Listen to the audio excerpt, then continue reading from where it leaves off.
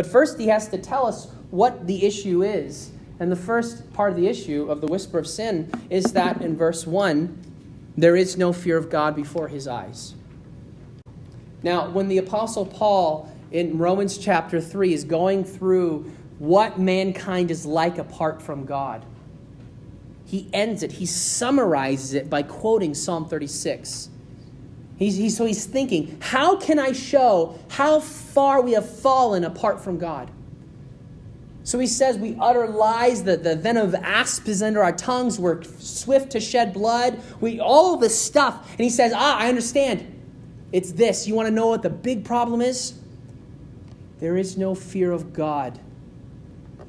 There is no fear of God before us. That's our problem.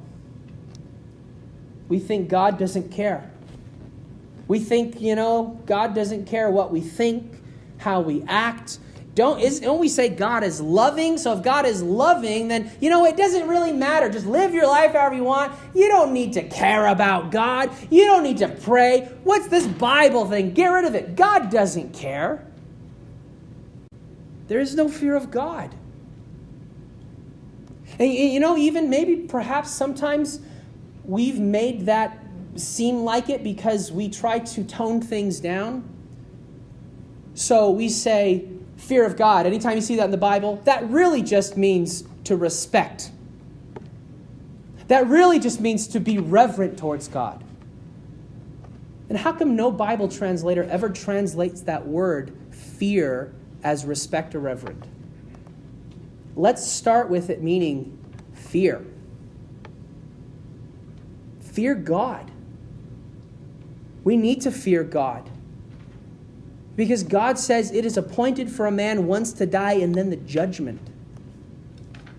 And we create these things to make us feel good. These things that says, as long as you're a nice person, everybody goes to heaven. We'll all hold hands and sing Kumbaya, and it doesn't matter. So why are we here?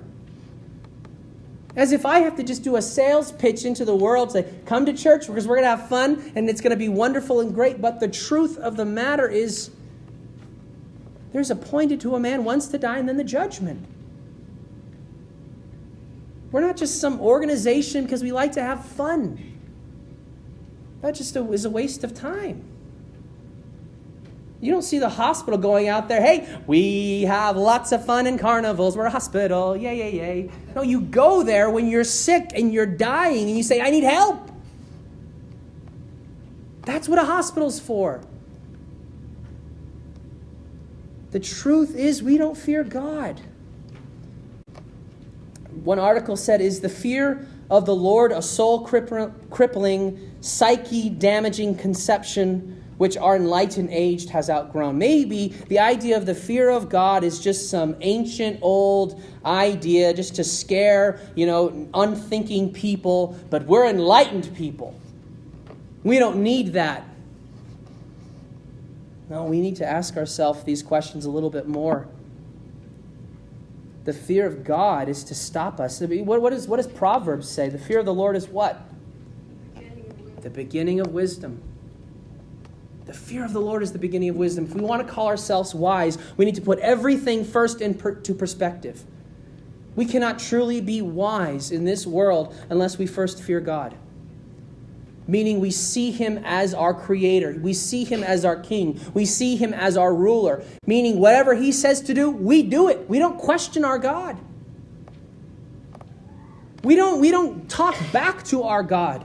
So many people say, if I was standing before God, I'd give him a piece of my mind. No, you wouldn't. Every single person that ever stands before God in the Bible, you know what they do? They fall down on their face.